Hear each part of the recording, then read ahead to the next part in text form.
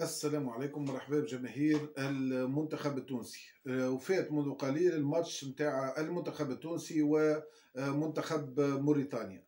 ماتش ودي، ولكن هو في الأصل ماتش مهم برشا. النقاط متاعو من أجل ترتيب الفيفا، كلاسمون فيفا. المنتخب التونسي ما فهمتش أنا كيفاش يخمم. سامي الطرابلسي يتفلسف وماشي في باله ما يسالش نلعب الملاعبيه المحليين والملاعبيه الاحتياطيين وكذا وكذا. ولكن هو في الاصل هذه المقابله تو تفكروني في هذا الكلام هذايا، ما كنتش تفكروه تو، مش تفكروه في كاس العالم، في نهايه كاس العالم. المجموعه اللي باش نطيحوا فيها مش نطيحوا في مجموعه صعيبه.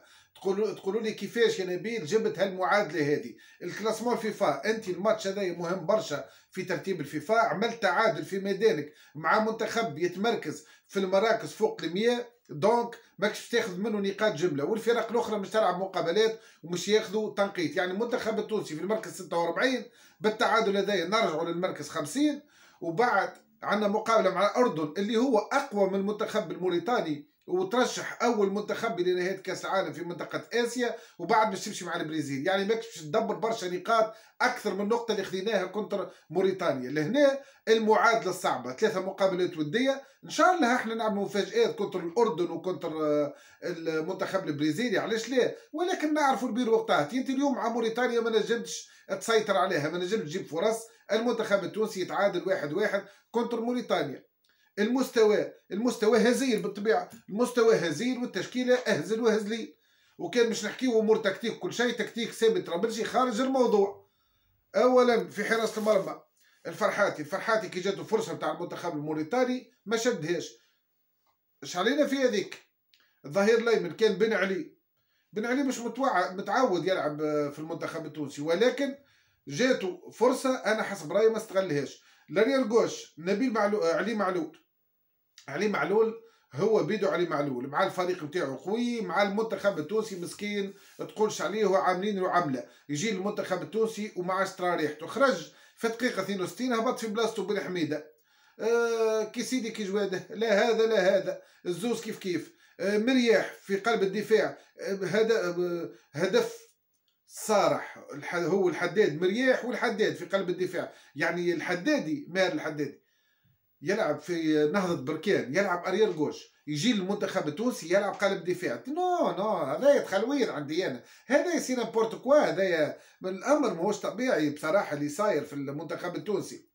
بعد نجيو شكون البيفو نتاع المنتخب؟ حسام تقا ما يلعبش البيفو في الترجي، اقبلو يلعب بيفو. نجيو طولو نلقاو اقبلو والقنيشي في الترجي يلعبوا بيفو. نجيو طولو نلقاو حسام تقا يلعب بيفو في المنتخب التونسي. شكون يلعب روليير؟ برمضان ومعاه شهاب جبالي. برمضان اداء كارثي، هدف كان منه هو، مكسر له الجو، تقولش عليه يلعب في صنف الاصاغر. بعد تالي جات فرصه للمنتخب التونسي زاد نفس الشيء، هو مكسر له الجو في الاتاك.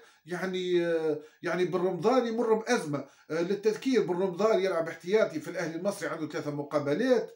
الحداد يلعب ريرغوش في نهضة بركان.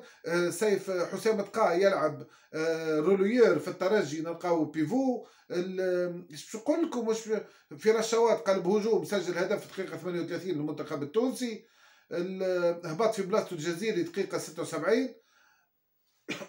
في راس بالعربي الحاضر الغايب اليوم في الماتش ما ثمش ريحته، هبط في بلاصتو فرجاني ساسي دقيقة 62. فرجاني دور شوي كورة ولكن مخر. ثم عصام جبالي تضرب، هبط في بلاصه العيوني دقيقه 45. العيوني حاول يعمل توزيعات على الجهه اليمين، يمكن الوحيد اللي من الاحتياطيين اللي قدم شوي اضافه. هدف التعادل نتاع المنتخب الموريتاني بصراحه مهزله وفضيحه على المنتخب التونسي.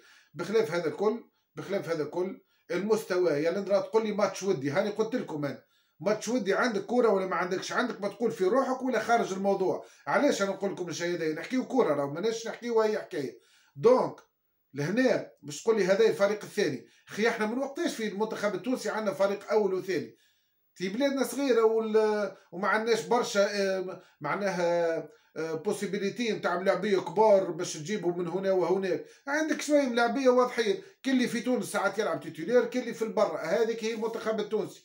باهي الاشكاليه وين؟ الاشكاليه المنتخب التونسي ماشي في باله منتخب موريتانيا باش يجي باش يركش في الدفاع ونجيبوا له برشا فرص. شوي منتخب موريتانيا لعب لك بلوك وتقدم لك واحده واحده ويحاول يجيب في بعض الفرص وكاد يسجل هدف في الدقيقه 86. يعني منتخب موريتانيا ماهوش سيء. المنتخب التونسي نورمالمون احنا باش نربحوا 3 نقاط من الماتش هذايا ما خديناهاش. يعني ندرا احنا قادرين باش ناخذوا 3 نقاط كونتر الاردن اللي باش يجي محفز ومش يجي يحس مورالو طالع وعندهم منتخب محترم ورابح اليابان ورابح كوريا. راهو المنتخب هذايا رابح المنتخبات هذيك. كوريا اللي احنا خاسرين معاها 4 هو ربحها هذايا المنتخب الاردني للتذكير. ومنتخب البرازيلي في فرنسا هذيك موضوع اخر. على كل حال كلاسمون الفيفا ننساوه. باش نمشيو تو لكاس العالم باش نمشيو احنا من المرتبه 40 للمرتبه 50. واضحه الحكايه.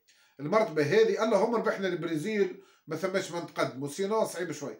باش نمشيو من بينات ال 40 وال 50 يعني باش نكونوا في الصف الرابع في كاس العالم. العامة اللي ثم ترشح للدور الثاني ومش يترشحوا ساعات 3 فرق نلقاو رواحنا احنا في الصف الرابع. يعني باش تجيك منتخبات الاقوى ثم الاقوى ثم الاقوى. كنا احنا قبل نمشيو في الصف الثالث نعديو رواحنا يجينا نتاع الصف الرابع سهل. تو ولينا احنا في الصف الرابع واللي في الصف الثالث ينجم يكون منتخب قوي كيما صربيا. بعد تالي في الصف الثاني مش تلقى منتخب كيما بلجيكا كيما كرواتيا. وبعد في الصف الاول مش تلقى فرنسا مش تلقى لونجلتير مش تلقى البرازيل الارجنتين.